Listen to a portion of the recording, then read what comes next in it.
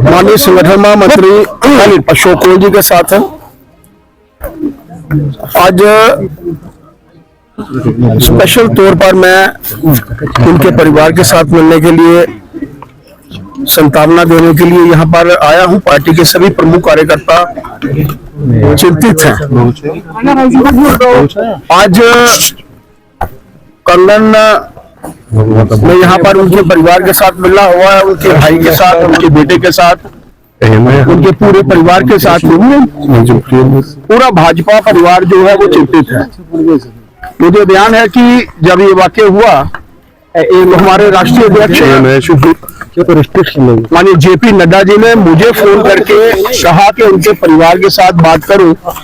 हालांकि मेरी बात उनके बेटे के साथ हो चुकी थी, उनके परिवार के साथ हो चुकी थी, और फिर उन्होंने कहा कि मुझे भी उनका नंबर दो, मैं बात करना चाहता हूं। आप सोचिए कि फकीर मोहम्मद खान भारतीय जनता पार्टी के लिए कितना महत्व रखते थे, हमारे परिवार के लिए कितना महत्व रखते थे। उनके परिवार को तो क्षति पहुंची है, हमारे कश्मीर के भाजपा परिवार को तो क्षति पहुंची है, लेकिन पूरे भारतीय जनता पार्टी परिवार को जो है एक बहुत बड़ा सदमा लगा है, बहुत बड़ी क्षति हुई है। लगातार से मैं उनके परिवार के टच में हूँ, उनके बेटे के टच में हूँ, उनके भाई के टच में हूँ।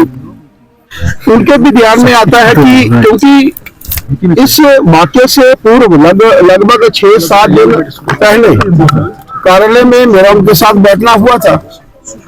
कोई ऐसी परिस्थिति लगती ही नहीं थी कि वो कोई ऐसा निर्णय हो सकता है, लेकिन जब तक फाइनल पोस्टमार्टम रिपोर्ट्स नहीं आती, इन्वेस्टिगेशन वेटिंग ऑफिसर्स जो है वो लगे हुए हैं इन्वेस्टिगेशन के लिए।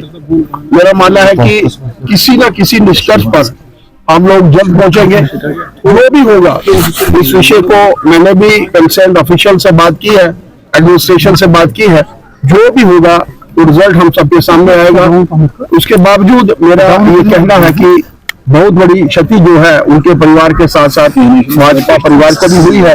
मैं भगवान से यही प्रार्थना करना चाहता हूँ कि भगवान उनको अपने चरणों में स्थान दे और उनके परिवार को एक सहने की जो है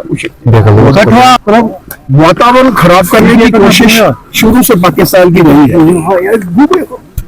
1965 का युद्ध, 1971 का युद्ध, 1999 का युद्ध, हर बार हारने के बावजूद और छद्म युद्ध के माध्यम से भी कोशिश की गई, लेकिन सीमा पर प्रहरी बनकर हमारे सैनिकों ने हमेशा से भारत को सुरक्षित रखा है।